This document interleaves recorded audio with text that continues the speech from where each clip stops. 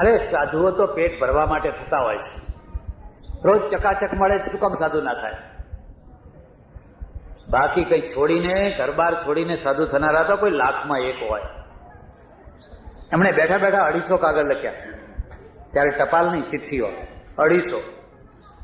અને જુદા જુદા 250 માણસોને લખ્યા કે આ ચિઠ્ઠી મળે ત્યાં જે હાલતમાં હો, જેવી હાલતમાં હો, બધું પડતું મૂકીને સંન્યાસની દીક્ષા લેવા અહીં આવી જજો. માણસની કેટલી પકડ હોય છે. અને ખરેખર 250 માણસો, જયારે 250 માણસો સામેથી આવતા હતા, કોઈ દરબાર હતા, કોઈ કાઠી દરબાર, કોઈ ફલાણા દરબાર, કોઈ ફલાણું, કોઈ સોની હતા, કોઈ સુથાર હતા. 250 માણસો જયારે આવતા હતા, મહારાજે સાક્ષાત દંડવત કર્યા.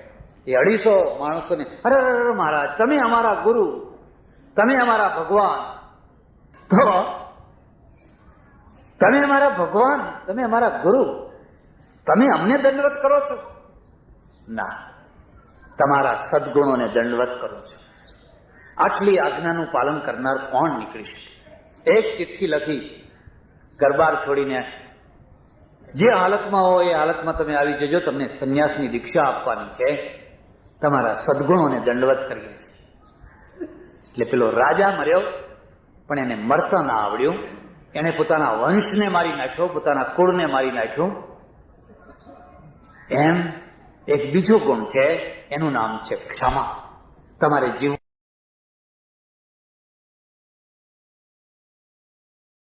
પેલો રાજા મર્યો, પણ એને મરતા ના આવડ્યું. એને પોતાના વંશને મારી નાખ્યો, પોતાના કુળને મારી નાખ્યું. એમ એક બીજો ગુણ છે, એનું નામ છે ક્ષમા. તમારે જીવવું છે, પદાર્થના સુખ કરતા મોટું સુખ જોઈએ છે, એકબીજાને ક્ષમા આપો. એકબીજાની નાની મોટી ભૂલોને યાદ ના રાખો, લખી ના રાખો. તે દિવસે તમે મને ઠેસ મારી હતી, પગનું જોડું અડી ગયું હતું, હવે તમે ચીપ્યો, ધગધગતો ચીપ્યો અડાડો. હા, અડાડવાના, 1 વાર નહીં, 10 વાર. ત્રીજો ગુણ કહું છું, જેને ગુણોનું સુખ કહેવાય. ત્રીજા ગુણનું નામ છે સંપ. સંપ. પ્રજા છે, આ પ્રજાનો ગુણ છે, આ કુટુંબનો ગુણ છે. તમે સંપીને રહો છો, હળીમળીને રહો છો. અને સંપીને કોણ ના રહી શકે? પહેલા, અહંકારી માણસો કદી સંપીને ના રહી શકે. 2, કાચા કાનના માણસો કદી સંપીને ના રહી શકે. બસ ચાવી ચડાવો એમ ચડી જાય. ખાલી જેમ કાન ભંભેરો એમ કાન જ કાચા છે, બીજું કશું નહીં. છોકરાને બીજી રીતે પાકા કરો કે ના કરો, પણ છોકરાને કાનની રીતે પાકા કરજો. તમારું છોકરું પાકા કાનનું થાય, કોઈ એની કાન ભંભેરણી ના કરી નાખે. જ્યાં અહંકારી માણસો હોય, જ્યાં કાચા કાનના માણસો હોય, જ્યાં વેમીલા માણસો હોય, ત્યાં સંપ ના હોય. સંપ ક્યાં હોય? જ્યાં ઉદારતા અને ક્ષમા હોય ત્યાં આપોઆપ સંપ આવે. કોઈ આવીને તમને એમ કે પેલો તમારા માટે આવું બોલતો હતો, કે બોલે ને, હું એવો છું એટલે બોલે ને ભાઈ, એમાં કશું વાત છે, એ તો બહુ ઓછું બોલ્યો એમ, બાકી હું તો એનાથી વધારે ખરાબ છું. અને સંપ છે એ પ્રજાને એક શક્તિ આપતું હોય છે. એમાંથી એક સમાજ ઉભો થતો હોય છે, એમાંથી એક ગામ ઉભું થતું હોય છે, એમાંથી એક નેતૃત્વ ઉભું થતું હોય છે. ભારતની પાસે બધું છે, નથી તો શું નથી? સંપ નથી. અમે લડ્યા લડ્યા લડ્યા લડ્યા, સદીઓથી અમે લડ્યા જ કરીએ છીએ. અને લડવાનું કેવું હોય ખબર છે? એક સિંહોની લડાઈ હોય, એક ચકલાની લડાઈ હોય. સિંહો બહુ નહીં લડે, તમારે જોવું હોય તો જોજો, જંગલમાં જઈને અનુભવ કરજો. સિંહો બહુ થોડું લડે, ચકલા બહુ લડે. અને ચકલા છે ને, એ તણખલા માટે લડે. ચકલા શા માટે લડે? તણખલા માટે. ભારતની પ્રજા ચકલા લડાઈમાં લડે છે, નાની નાની બાબતો ઉપર, તણખલા જેવી બાબત. અરે સિંહના જેવા લડો ને 12 મહિનામાં એકાદ વાર, સામી છાતીએ હિંમત કરીને. પણ તણખલાની માફક નાની નાની. આપણા ત્યાં એક કહેવત છે, સૌથી વધારેમાં વધારે ઝઘડા કોણ કરે ખબર છે? સરાણિયા. સરાણિયા કોણ જાણો છો? સરાણિયા. બન્યું એવું, મારે એકવાર એક ઉતારો આપેલો, એની સામે એક બહુ મોટું ચોક ગ્રાઉન્ડ, અને એમાં સરાણીયા આવીને ઉતર્યા, એમની બધી પોઠો ને એને તેને લઈને ઉતર્યા એવા જ લડવા માંડ્યા. અને લડવા માંડ્યા તો એવા લડવા માંડ્યા, જો કોઈ ટેપ રેકોર્ડર મૂકી દે ને તો એ બધા શબ્દો બધા આમ ટેપ કરવા જેવા બધા શબ્દો, લાંબા હાથ કરીને સ્ત્રીઓ ને પુરુષો ને એવું બધું. અડધો પોણો કલાક લડાઈ ચાલી. મારો ઉતારો ત્યાં જ, એટલે બારીમાંથી બેઠા બેઠા બધું દેખાય. હું તો તમને ભલામણ કરું છું, મારી ભલામણની અસર તો થવાની નથી. જિંદગીમાં જો અનુભવ કરવા હોય તો સાધુ થાવ. અરે વધારે નહીં તો 2 વર્ષ માટે થાવ, પછી પાછા તમને કાઢી મૂકશું હતા ત્યાં ત્યાં. 2 વર્ષ માટે થાવ. તમે જુઓ તો ખરા કેટલા અનુભવ થાય છે, કેવી જાતના અનુભવ થાય છે. હું બારીમાં બેઠો બેઠો મેં કહું આ નિરીક્ષણ કરવા જેવું છે. અડધો પોણો કલાક લડ્યા, ખૂબ લડ્યા. મને થયું કે એકાદ ખૂન થઈ જશે, જરૂર એકાદ ખૂન થઈ જશે. પછી સાંજ પડવા આવી, ચૂલા સળગાવ્યા, રોટલા થવા લાગ્યા, ધીપ ધીપ ધીપ ધીપ ખાધા, સુઈ ગયા બધા. સવાર થયું, જાગ્યા એવા જ લડાઈ શરૂ પાછી. એ લાંબા હાથ કરીને એવું લડે. એક તરફ સ્ત્રીઓ રોટલા કરતી જાય પાછી, અને એક તરફ લડાઈ પણ ચાલતી જાય. અડધી રાજસ્થાની ભાષા બોલે, અડધી ગુજરાતી બોલે, પણ એટલું સમજણમાં આવે કે આ છે છેલ્લી કક્ષાની ભાષા. ચાલ વળી પાછું કઈ કામે જવાનું થયું, બધું ઊંધું વાળી કામે ગયા. પાછા સાંજે 6 વાગે આવ્યા, અને આયા એવા જ પાછી લડાઈ. 6-7 દિવસ લડાઈ. મને થયું કે આ એકાદ માણસ તો આમાં મરી જ જશે, ખૂન થઈ જ જશે. પછી હું રહું, એના 1-2 આગેવાનો ને બોલાવ્યા. મેં કહ્યું તમે રોજ આટલું લડો છો, સવારે સાંજે, તો એના કરતા જુદા રહો ને. આના ડેરાથી તમારો ડેરો જુદો રાખો, તમારું જુદું રાખો, 2 ખેતર જુદે રહો, સાથે નહીં રહેવાનું. મને કે અરે મહારાજ એવું થતું હશે એમ કે અમે તો લડીએ ઝઘડીએ બધું કરીએ પણ રહેવાનું તો ભેગું જ. એમ કે તમારું ખૂન નથી થતું? કે ના, અમે એક ખૂન બૂન ના કરીએ. હું એને રોકડીયો ઝઘડો કહું છું. રોકડીયો ઝઘડો આ સમજે, જે ધુમાડો ભરાયો હોય તરત ને તરત કાઢી નાખવાનો. જે કઈ ધુમાડો ભરાયો હોય ને એને રાત સુધી રહેવા, વાસી નહીં થવા દેવા, તરત ને તરત કાઢી નાખવાનો. લાંબા હાથ કરો, ટૂંકા હાથ કરો, લાંબી જીભ કરીને બોલો, કાઢી નાખવાનો. પછી ચલમ ભરે ને એટલે બધા ભેગા થઈને ચલમ પીવે, ચલમ પાછી ભેગા થઈને પીવે. મેં કહ્યું તમારી પાસેથી તો અમારે શીખવા જેવું છે, કારણ કે અમારા ધુમાડા તો વર્ષોના ગોટાયા કરે છે. અંદર જુઓ તો નિભાડો પકવેલો હોય, ધુમાડો ગોટમ ગોટ થઈ રહ્યો છે. હવે એ ધુમાડો બહાર નથી નીકળતો, એટલે ઉપરથી મીઠું મીઠું બોલે પણ અંદર તો ધુમાડો ગોટમ ગોટ થઈ. અને ધુમાડાએ અંતર જીવનને કાળું મેશ કરી નાખ્યું, કારણ કે બહાર નથી નીકળી શકતો, ધુમાડિયું નથી, એટલે અંતરનું જે અંતર છે ને એને તો કાળું મેશ કરી નાખ્યું.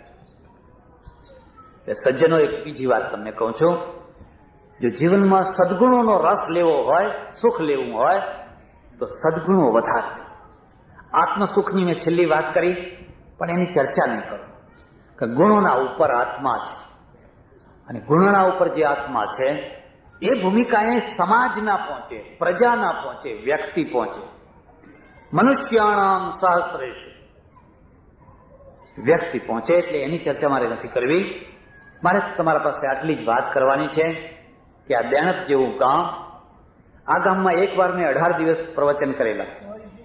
24 દિવસ, મને ખ્યાલ છે 18 દિવસ, 24 દિવસ. એ માતાજીની વાડી, આજે તો એ વાડીનો રૂપ પણ બદલાઈ ગયું છે. દેણપ બદલાવું જ જોઈએ. હાઈસ્કૂલ થઈ, તમારે દવાખાનું થયું, ઘણી સંસ્થાઓ થઈ. દેણપમાંથી ઘણા બહાર નીકળ્યા કે ના નીકળ્યા? અમારે ગણેશભાઈ બસ ખેતી જ કરતા હતા, હવે એની જગ્યાએ બધા શેઠ થયા. કોઈ પ્રોફેસર થયા, કોઈ શેઠ થયા, એક મહાન થયા, ગોદરનાથના મહાન. દેણપ ઘણું બદલાયું. અને જ્યારે કોઈ ગામની ભૌતિક સમૃદ્ધિ વધે તો મને આનંદ થાય. હું ઈચ્છું ગામ સુખી, ગામમાં કોઈ લાચાર ના હોય, સાંજ પડે કોઈ ભૂખે ના સૂતું હોય, રાત્રે કોઈ ટાઢમાં થરથરતું ના હોય, કોઈ ઘર વિનાનું. આપણે એની ચિંતા કરવાની, આપણે હિમાલયની ચિંતા નથી કરવાની, આપણા ગામના માણસોની ચિંતા કરવાની. મારા ગામનું કૂતરું ક્યાં છે? અરે નિશાળે સાથે ભણ્યા હોવ, તળાવમાં સાથે નાયા હોવ, એક ખેતરમાં સાથે બેસીને ઘાસ કાપ્યું હોય, એક ખેતરમાં સાથે બેસીને બાજરી કાપી હોય, આ તો સાથી છે, જીવનનો એક સાથ. વ્યાસજી કહે છે જો બે લાકડા ભેગા થયા તણાતા તણાતા નદીમાં, અને આગળ એક પથ્થરો આવ્યો ને એક લાકડું આમ ગયું, એક લાકડું આમ ગયું, તમારો સાથ ક્યારે છૂટશે એની કોઈ ખબર છે? કાયમના માટે તમે ક્યારે જુદા પડી જશો એની કોઈ ખાતરી છે? જો ખાતરી ન હોય તો જ્યાં સુધી સાથ છે ને ત્યાં સુધી એને સુખમય સાથ બનાવો, દુઃખમય ન બનાવો. પતિ પત્ની હોય તો ગાંઠ વાળો, હું મારા પતિને સુખ આપીશ, હું મારી પત્નીને સુખ આપીશ. અત્યાર સુધી મેં એને સુખ નથી આપ્યું, પણ હવે એને હું સુખી કરીશ. બે લાકડા ભેગા થયા છે, પરમેશ્વરે તમને મેળવી આપ્યા છે. જયારે જુદા પડશો ત્યારે તો પડવાના જ છો ને. તમારો સાથી હોય, તમારો ભાઈ હોય, તમારો પડોશી હોય, તમે એક કોમના હો, તમે બીજી કોમના હો, તમે ત્રીજી કોમના હો, જે સાથે છે ને એ તો સાથે મળીને રહેવાના. પ્રજાપતિ કોમની વાત કરું, સ્વામીજીએ બહુ સરસ વાત કરી, બહુ સરસ વાત કરી. ધંધા ઘણા હોય, પણ કેટલાક ધંધા એવા હોય કે જેમાં કોઈને કોઈની લાગણી દુભાતી હોય, કોઈને કોઈનો આત્મા દુભાતો હોય. માનો કે તમે વ્યાજ વટાનો ધંધો કરો છો, કરતા હોય તો તમે જાણો, હું એના વિરુદ્ધમાં નથી. જો એ ન્યાયસર થતો હોય, જો એ ધર્મ પ્રમાણે થતો હોય તો હું એના વિરુદ્ધમાં નથી. પણ ધંધાની સાથે ધર્મ રાખવો ને એનાથી મોટું કોઈ તપ નથી, એનાથી મોટું કોઈ વ્રત નથી. પછી તમે મંદિરમાં નહીં જાઓ તો ભગવાન તમારે ત્યાં આવીને ઉભો રહેશે. ભગવાનને ખોળવા નહીં જવું પડે, ભગવાન તમને ખોળતો આવે. પણ દુકાનમાં તમારા ધંધા જુદા, પછી મંદિરમાં આવીને કે એ મારા નાથ બધું સાચવજે તું. એટલે ધંધાની દ્રષ્ટિએ તમે જુઓ તો એવા ઘણા ધંધા છે કે જેમાં તમારે કોઈને અન્યાય કરવો પડે, કોઈની લાગણી દુભવવી પડે, કોઈને દુઃખ દેવું પડે. પ્રજાપતિનો ધંધો મહેનતનો ધંધો, મજૂરીનો ધંધો, પૂરી સાત્વિકતાનો ધંધો. એ એમ કહી શકે કે અમારા પૂર્વજો ગરીબ હશે, એ અમે માનીએ છીએ કે અમારા પૂર્વજો કોઈ બિરલા કે ટાટા નતા, પણ અમારા પૂર્વજો પાપી નતા. એમણે કોઈના હક નથી ડૂબાવ્યા, એમણે કોઈ પાપ નથી કર્યો. અમારા પૂર્વજો સાત્વિક હતા.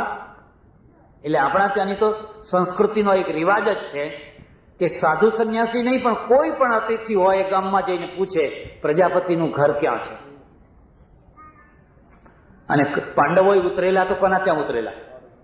પ્રજાપતિના ત્યાં ઉતરેલા. પ્રજાપતિનું ઘર એટલે ધર્મશાળા, અને જેનું ઘર ધર્મશાળા બન્યું હોય ને એ પ્રજાપતિ છે.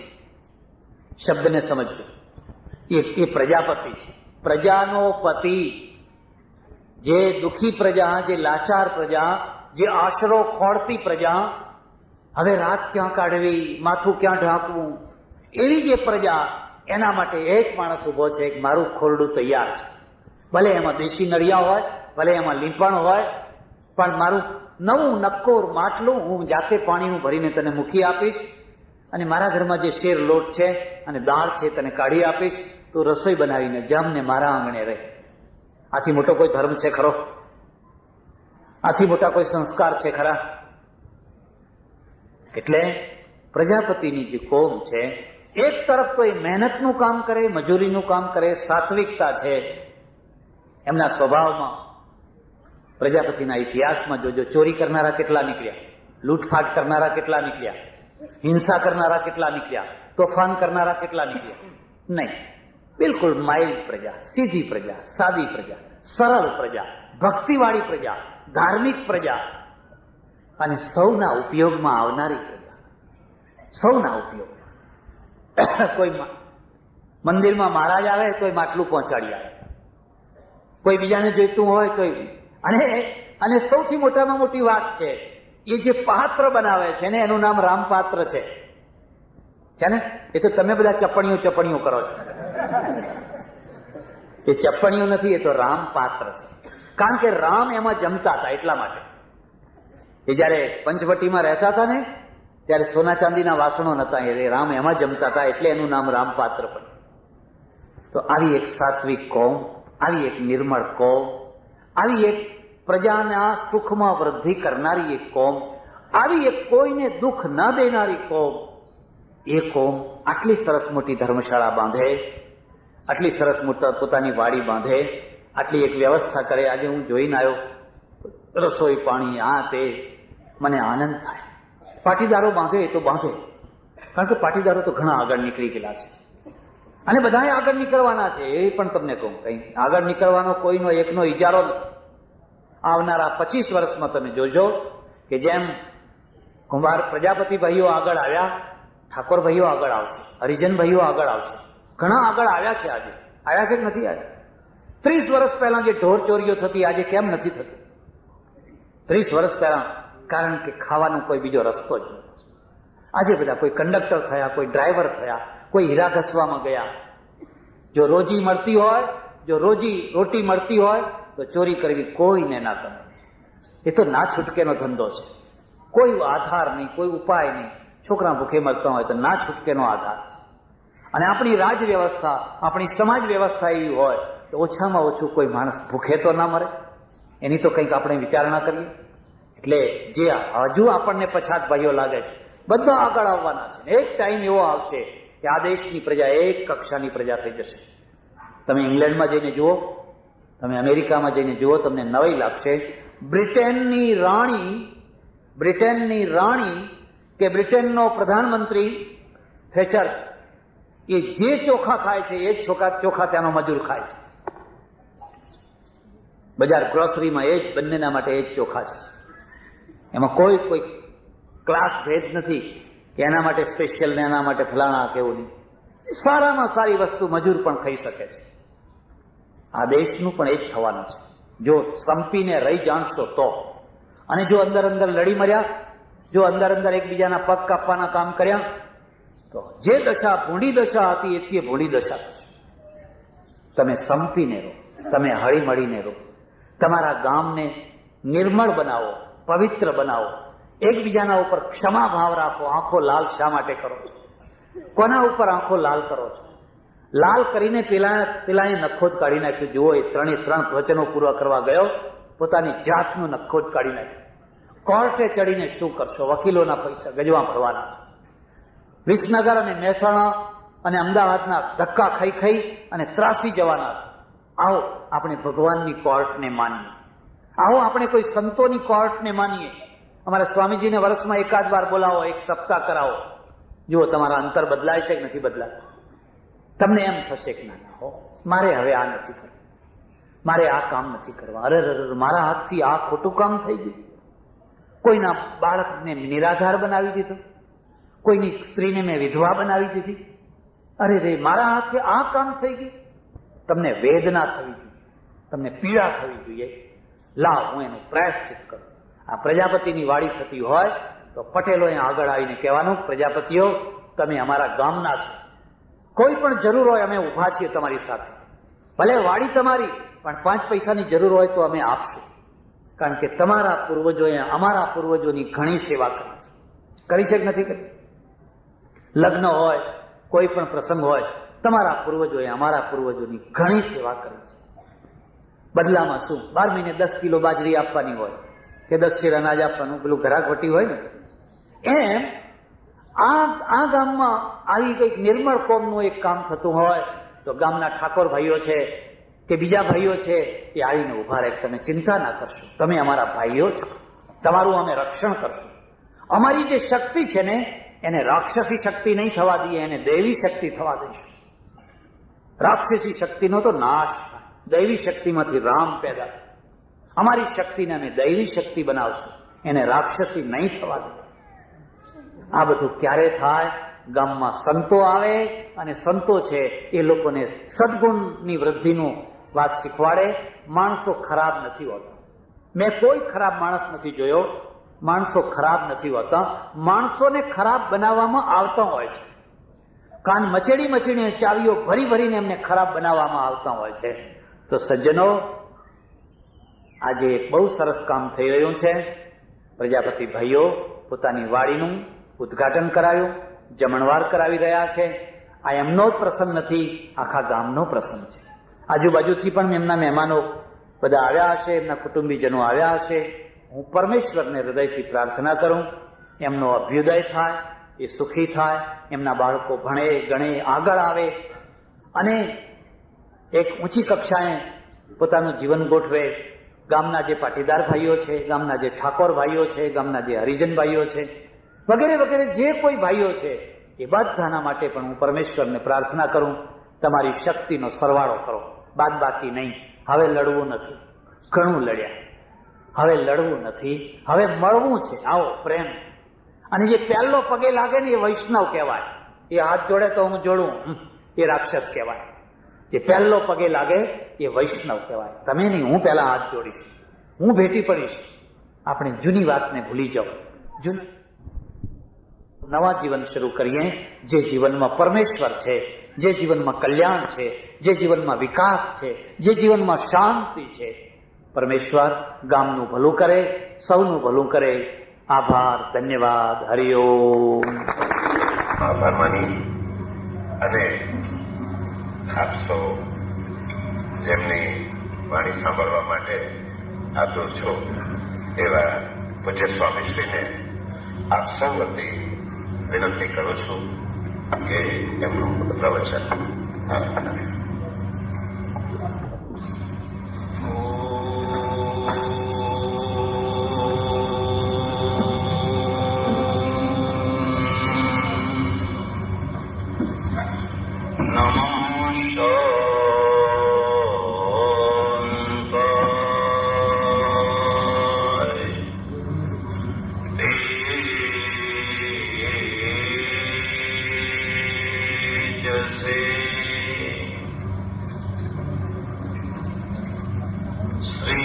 સખા મહારાજ સ્મૃતિ ટ્રસ્ટના ટ્રસ્ટીશ્રીઓ, સદવિચાર પરિવારના ભાઈ શ્રી હરિભાઈ, સજ્જનો અને બહેનો,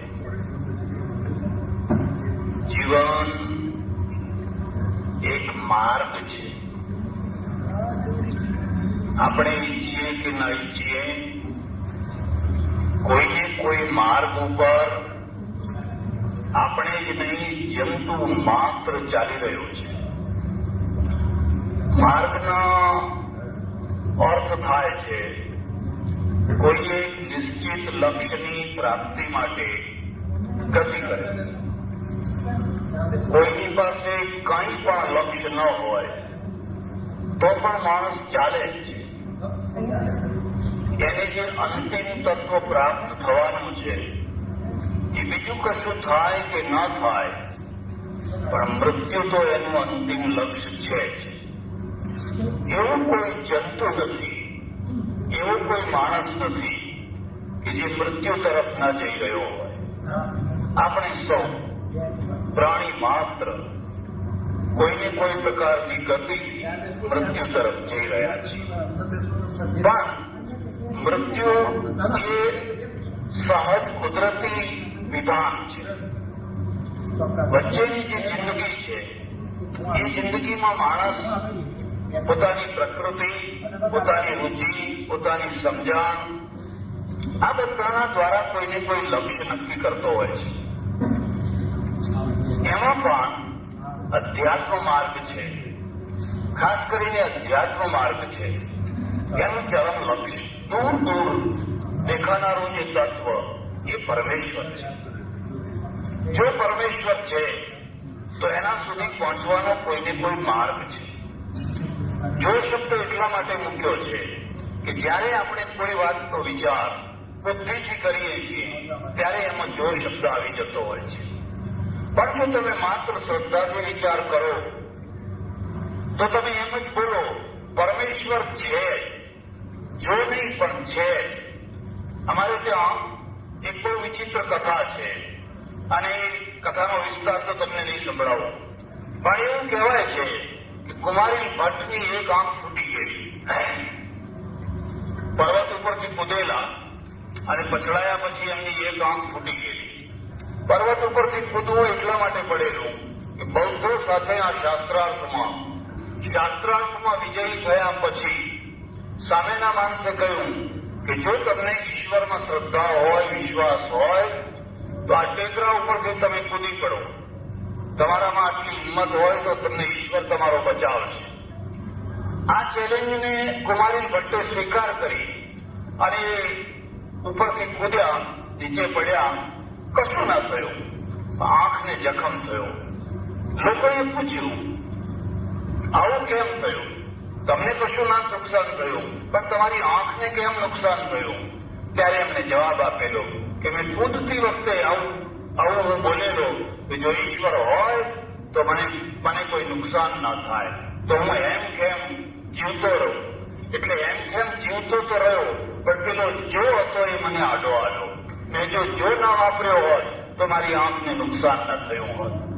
એક બીજી વાત યાદ રાખજો, જિંદગીમાં બધા જ માણસો બુદ્ધિજીવી નથી હોતા, અને બધા જ માણસો જો બુદ્ધિજીવી થઈ જાય તો દુનિયા અને કમ્પ્યુટરમાં કોઈ ફરક ના રહે. કમ્પ્યુટર બુદ્ધિજીવી છે, કમ્પ્યુટરમાં લાગણીઓ નથી, કમ્પ્યુટરમાં ભાવનાઓ નથી, કમ્પ્યુટરમાં ઉર્મિઓ નથી. પણ માણસ છે, એ માણસ તો ભાવનાથી, ઉર્મિથી, લાગણીઓથી છલકાતું જીવન જીવે છે. અને છલકાતું જીવન જે જીવાય છે એ થોડું બુદ્ધિથી થોડું પાર થઈને જીવાય છે. અને એટલે પ્રત્યેક બાબતને જ્યારે આપણે બુદ્ધિની ચકાસણી ઉપર ચકાસવા બેસીએ છીએ ત્યારે કદાચ આપણે ડાયા માણસ તો સાબિત થઈ શકીએ, પણ ઐતિહાસિક માણસ સાબિત ના થઈ શકીએ. કારણ કે ડાયા માણસનો ઇતિહાસ નથી હોતો, મોટાભાગે ગાંડા માણસોનો ઇતિહાસ હોય છે. પછી એ રાજકીય ક્ષેત્રમાં હોય, સામાજિક ક્ષેત્રમાં હોય, કે ભક્તિ માર્ગમાં હોય, કે ધાર્મિક માર્ગમાં હોય, પછી એ સગારસા શેઠ હોય, કે નરસૈયો હોય, કે મીરાબાઈ હોય, તુકારામ હોય, કે જ્ઞાનેશ્વર હોય, એમના જીવનને એમના વર્તમાન સમયના લોકો સમજી નથી શક્યા. અને આપણા વર્તમાનના સમયમાં પણ એક પ્રકારના માણસોને આપણે નથી સમજી શકતા હોતા. પણ મારે આપને એટલી એક વાત કહેવાની છે કે કેટલાક માણસોના જીવનની અંદર હૃદય પ્રધાનતા હોય છે, લાગણીઓની પ્રધાનતા હોય છે.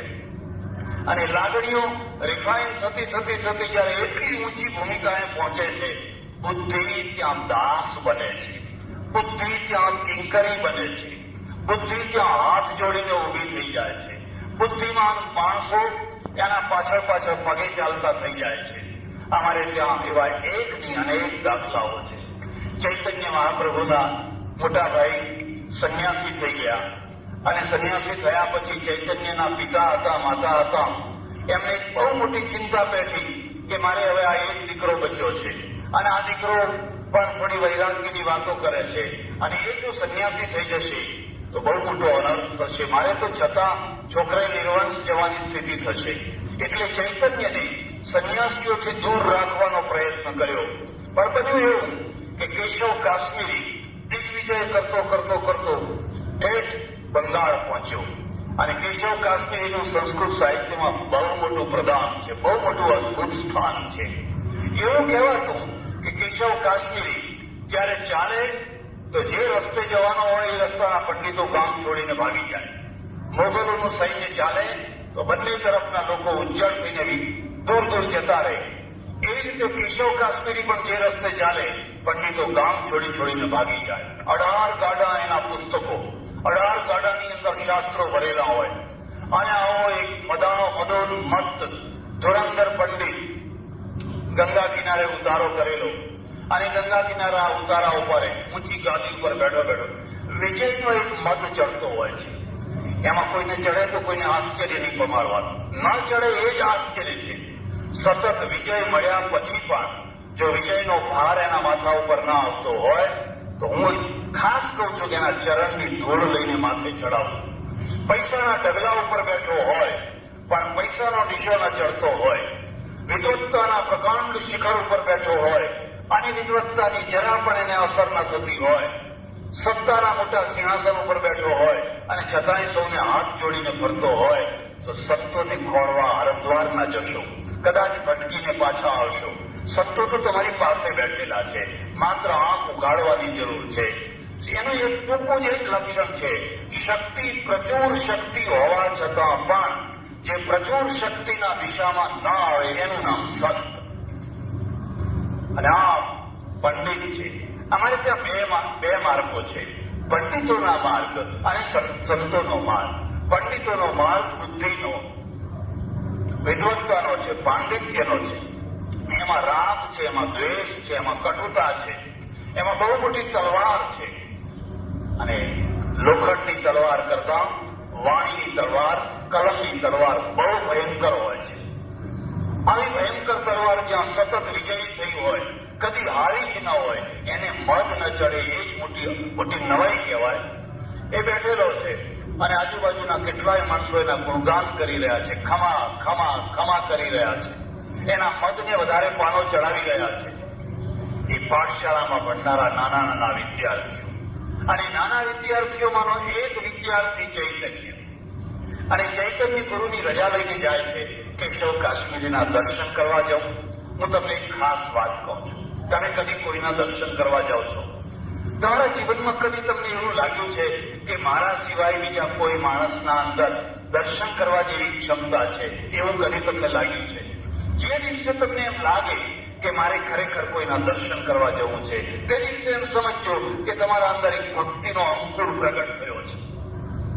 તમને દર્પણમાં તમારા ચહેરા સિવાય બીજા કોઈના દર્શન ગમતા જ ન હોય તો તમારા અંદર ભક્તિનો અંકુર પ્રગટ્યો નથી. કારણ કે તમને તમારા જ દર્શન ગમે છે.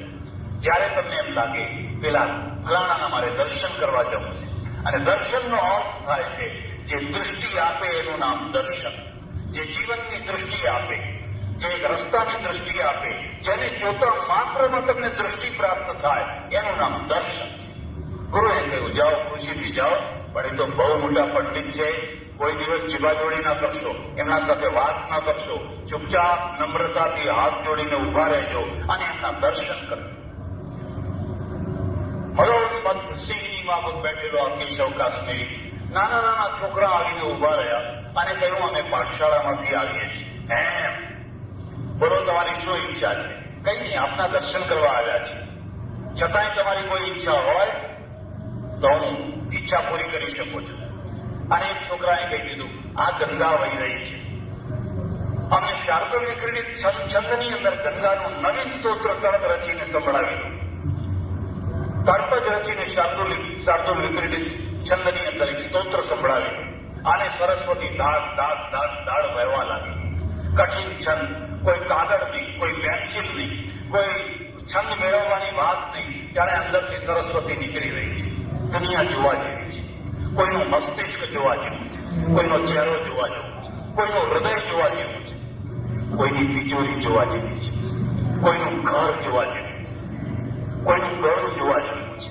તમે જુઓ તો ખરા, તમે બહાર નીકળીને જુઓ તો ખરા. માત્ર ચહેરો જ જોયા કરશો તો ઘણું જોવાનું બાકી રહી જશે. હમણાં જે ગાતા હતા એમની પાસે કંઠ હતો, એમની પાસે ગળું હતું. કોઈનું ઘર જોવા જેવું છે, ભલે લીપેલું હોય, ભલે એમાં પિત્તળના 2-4 વાસણો હોય, પણ તમને એમ લાગશે કે અહીંયા રોગની અંદર ભગવાન બેઠેલો છે. અને કોઈ એવો મોટો બંગલો જોવા જેવો છે, આલિશાન બંગલો, પણ તમને અણુમાં લાગશે કે કોઈ નિશાસા નાખી રહ્યો છે. ચારે તરફથી લોહારની દમણ જેમ ધમકતી હોય એમ કોઈના નિશાસા ચારે તરફથી નીકળી રહ્યા છે. અને તમને એમ લાગશે કે જલ્દીથી બહાર નીકળી જાઓ, અહીં રહેવા જેવું નથી, અહીં ઉભા રહેવા જેવું નથી. અમે તો તમારા દર્શન કરવા આવ્યા. આ માણસની અંદર આટલા ધાડ ધાડ ધાડ ધાડ સ્તોત્ર પૂરું થયું અને બધા લોકોએ તાળીઓ વગાડી, ખુશ થઈ ગયા. એક બીજી વાત યાદ રાખજો, શક્તિ જયારે ભેગી થાય, કોઈ પણ પ્રકારની શક્તિ ભેગી થાય, થોડા ખુશામત કરનારા તમારી મંડળીમાં સામેલ થવાના જ. તાળીઓ પાડનારા બોલાવા નહીં પડે, આપોઆપ ભેગા થઈ જવાના અને તાળીઓ પાડનારા જ તમારું પતન કરાવશે. ભક્તિ માર્ગની અંદર બહુ મોટી સાવધાની બતાવી છે. તો દુશ્મનથી ન ડરીશ, તારા વખાણ કરનારાઓથી ડરજે. એ તને ઊંચે ચડાવનારાથી ડરજે, કારણ કે ઊંચે ચડાવે છે પણ પછી સીડી ખેંચી લેતા હોય છે. અને વધારે મગરૂરથી આમ છોકરાઓ સામે જોયું, સાંભળ્યું મારું સ્તોત્ર સાંભળ્યું, બહુ વિભોર થઈ ગયા. અને પેલો ચૈતન્ય ધીરે રહીને બોલે છે, જો આપની આજ્ઞા હોય તો આપના સ્તોત્રમાંથી 12 ફૂલો હું કાઢી બતાવું. અને જયારે વજ્ર પડ્યું હોય 8 જીવીનું છોકરું અને મને એમ કહે છે કે મારા સ્તોત્રમાંથી 12 ભૂલો હું કાઢી બતાવું. અને બહુ નમ્રતાથી કહે છે જો આપની આજ્ઞા હોય તો. હવે કેવી રીતે કહેવાય ના કાઢો? એને કહ્યું ભલે ત્યારે કાઢી બતાવો. અને એ સ્તોત્ર એને બોલતા બોલતા કહ્યું અહીંયા વ્યાકરણની ભૂલ છે, અહીંયા છંદની ભૂલ છે, અહીંયા પ્રાસની ભૂલ છે, અહીંયા ફલાણી ભૂલ છે, અહીંયા ફલાણી ભૂલ છે. બારી બાર વાત પૂરી થઈ, ચહેરો ઉતરી. વિજય પછીનો પરાજય અને મોટા વિજય પછીનો પરાજય બહુ દુઃખદાયી હોય છે. એટલે અમારે ભર્તૃહરિને લખ્યું છે શાસ્ત્રે વાદ ભયમ ગુણે ખલ ભયમ કાયે કૃતાંતાદ ભયમ સર્વમ વસ્તુ ભયાન્વિતમ ભુવિનૃણા શંભો પદમ નિર્ભયમ. રાત્રે પેલાને ઊંઘ ના આવી. ચૈતન્યને પડખા ફેરવે છે, ઊંઘ ના આવી. અને સવાર પડતા પડતા પરોળીએ એને એક લાઈટ થઈ. કેટલીક વાર પરાજય પણ દીક્ષા બની જતો હોય છે, પરાજયના દ્વારા પણ દૃષ્ટિ મળતી હોય છે. પરોળિયું થતું થતું આ છોકરું કોણ? આ મને મારી ભૂલો બતાવનાર કોણ? મારા મદને ઉતારનાર કોણ?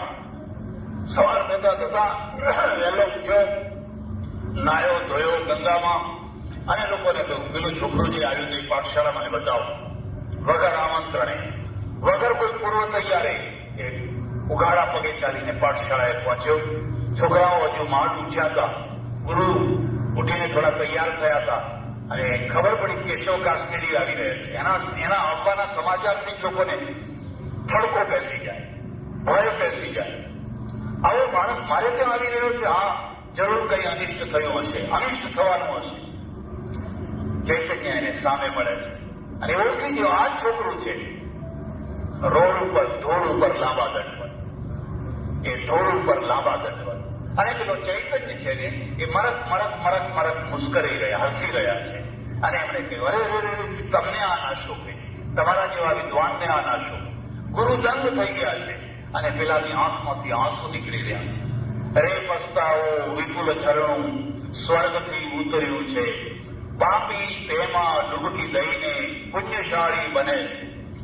ગર્વ કિયો સોઈ નર હાર્યો, સિયા રામજી શું ગર્વ કિયો સોઈ નર હાર્યો. કેટલીક વાર હાર્યા પછી વિજય શરૂ થતો હોય છે. ત્યારે ઉભો થયો, ચૈતન્ય બાથમાં લઈ લીધા અને પછી એના 18 ગાડા જે પુસ્તકો એક પછી એક ઉપાડીને નાખ્યા ગંગાજીની. કિતાબે ડાલ પાની में अगर है शौक मिलने का तो हरदम लौ लगाता जा. આ મનસુર સુફીનું કાવ્ય છે. નજા મંદિર નજા મસ્જિદ વજू का तोड़ दे पूजा, तुई की धूल को लेकर मुसल्ले पर उड़ाता जा. તસ્બી તોડ, કુનબા ફોડ, કિતાબે ડાલ પાની में. અને બધા ચોપડા ઉપાડીને એને ગંગાજીમાં ફેંકી. વૃંદાવનમાં આવ્યો અને કૃષ્ણ કૃષ્ણ કૃષ્ણ કૃષ્ણ કૃષ્ણ કૃષ્ણ કૃષ્ણ કરતા કરતા આખું જીવન વ્યતીત કર્યું. આ કયો માર્ગ છે? એક બુદ્ધિની પરાકાષ્ઠાએ ચાલનારો માણસ બુદ્ધિના અહમની શૂન્યતાનો અનુભવ કરીને હૃદયનો એકડો ઘૂંટવાનો શરૂ કર્યો. અને હૃદયનો એકડો ઘૂંટ્યો, આખો બની ગયો. પંડિતમાંથી ભક્ત થઈ. પાંડિત્ય અલગ વસ્તુ છે, ભક્તિ અલગ વસ્તુ છે. અને પછી એટલો ઊંડો ભક્ત થયો. કેશવ કાશ્મીરીનું જીવન તમે કોઈ વાત સાંભળો. આ ચૈતન્ય એક નાના બાળકે એના આખા જીવનમાં પરિવર્તન કરી દીધું. હજારો પંડિતો જે ના કામ કરી શક્યા, એક નાનું બાળક કરી શક્યું. એટલે જો ઈશ્વર છે અને તમને એમ પ્રતીતિ થઈ જાય કે આ એ છે, તો પછી એને પામવાનો કોઈ માર્ગ છે, એને એના સુધી પહોંચવાનો કોઈ રસ્તો છે. શ્રી અરવિંદે લખેલું છે, આ અરવિંદનું વાક્ય છે, જો ઈશ્વર છે તો એને મેળવવાનો પણ રસ્તો છે.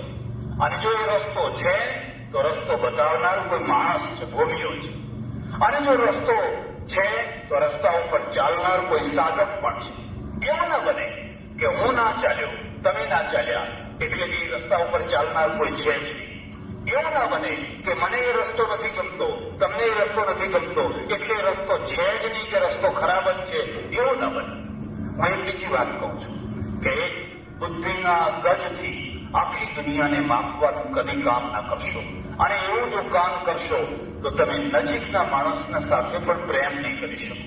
તમારી પત્નીને પ્રેમ નહીં કરી શકો, તમારા પતિને પ્રેમ નહીં કરી શકો, તમારા બાળકોને પ્રેમ નહીં કરી શકો. કારણ કે બુદ્ધિ છે એ સતત એવા ગજથી માપતી હોય છે કે જેમાં પહેલો જે તસુ છે એ સ્વાર્થનો હોય છે અને છેલ્લો જે તસુ છે એ ઘૃણાનો હોય છે, નફરતનો હોય છે. સ્વાર્થથી શરૂ થયેલું માપ નફરતમાં પૂરું થાય અને પછી તમે હાથ ઘસતા રહી જાઓ.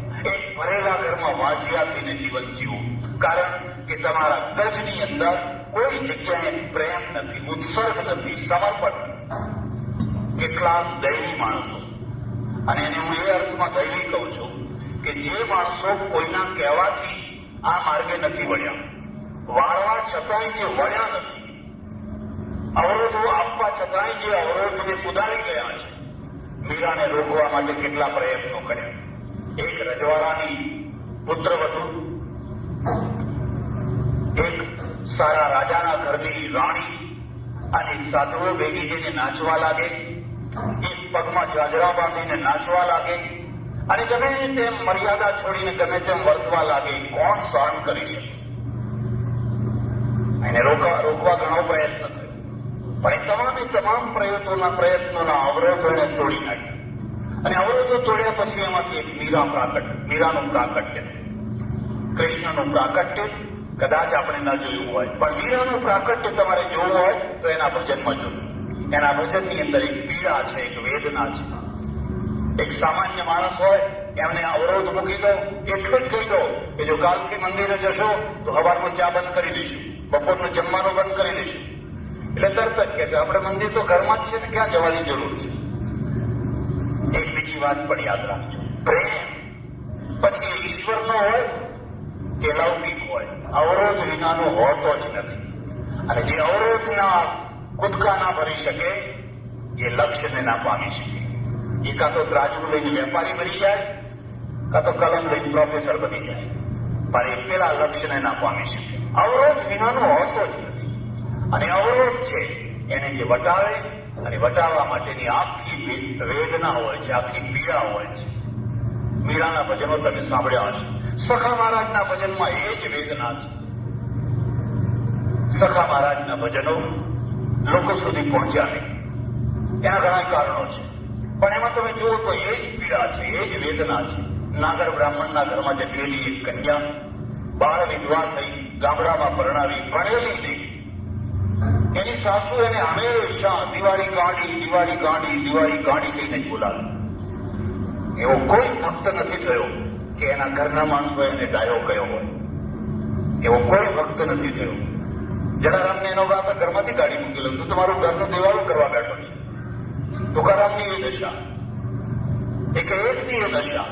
અને એ ગાંડા માણસોનો ઇતિહાસ હોય છે. એ ઇતિહાસ હૃદયનો હોય છે, લાગણીઓનો હોય છે, ઉર્મિઓનો હોય છે, ઉત્સર્ગનો હોય છે. પેલા જે લોકો ખાધું પીધું ને રાજ કર્યું, ખૂબ કમાયા, રાજ કર્યું, સુઈ ગયા, એમનો કોઈ ઇતિહાસ નથી હોતો. સખા મહારાજનું ચિત્ર અહીંયા કેમ? વર્ષો સુધી લોકો એમને સમજી ન શક્યા. એ સ્વાભાવિક વાત છે, આપણે આપણા ગજથી ચાલીએ છીએ. અહીંયા આ જગ્યાએ આમાંથી એકાદ બેન ઉભી થઈને લોકો કંઈક સમજવા લાગ્યા, કંઈક ઓળખવા લાગ્યા. ના, આ ઢોંગ નથી, આ દંભ નથી, આ પાખંડ નથી, આ સ્ત્રીને કંઈ જોઈતું નથી, આ સ્ત્રીને કોઈ અપેક્ષા નથી. પણ એ જયારે પોતાના સખાને, એટલે કૃષ્ણને સખા સમજીને ભજતી, પોતાના સખાને જયારે યાદ કરે છે, એના નામના ભજન રચે છે, એ ભજનને જયારે ગાવા લાગે છે, માથા ઉપર મટુકડી મૂકીને અને પગમાં ચાંચર બાંધીને જયારે એ નાગરની કન્યા સભર સભામાં નાચવા લાગે છે, એના હાથમાં, એના પગમાં, રોમે રોમમાં સખાના દર્શન થાય છે. લોકો ભાવ વિભોર થઈ જાય. કોઈ એવી જગ્યા જઈને જોજો જ્યાં તમારી બુદ્ધિના બંધનો તૂટી જાય અને તમે ભાવ વિભોર થઈને નાચવા લાગો, ગાવા લાગો, કૂદવા લાગો. ભક્તિપાદ નામ સાંભળ્યું હશે, હરે કૃષ્ણ મુવમેન્ટ જેને ચલાવ્યું. એક રિટાયર્ડ ઓફિસર અને પોતાની વૃદ્ધાવસ્થા કાઢવા માટે વૃંદાવન ગયા. કૃષ્ણ ભક્ત હરે કૃષ્ણ હરે કૃષ્ણ હરે કૃષ્ણ હરે કૃષ્ણ. પણ એને એક નાની સરખી ઓરડીમાં રહે અને પાછળથી એક ધક્કો લાગ્યો કે અમેરિકા જા, અમેરિકા જા, અમેરિકા જા, અમેરિકા જા. આવો એક પાછળથી સતત એક અવાજ આવ્યા કરે. હું તમને ફરી એક વાત કહું છું. જિંદગીમાં હમણાં આપ સખા મહારાજની પુણ્ય સ્મૃતિમાં આયોજિત પ્રવચનને સાંભળી રહ્યા હતા. કે આપણા નકશામાં જેને સ્થાન નથી એવો નકશો આપણી આગળ મૂકી જતી હોય છે. જે માર્ગે કદી ચાલવાની કલ્પના ન કરી હોય એવા માર્ગે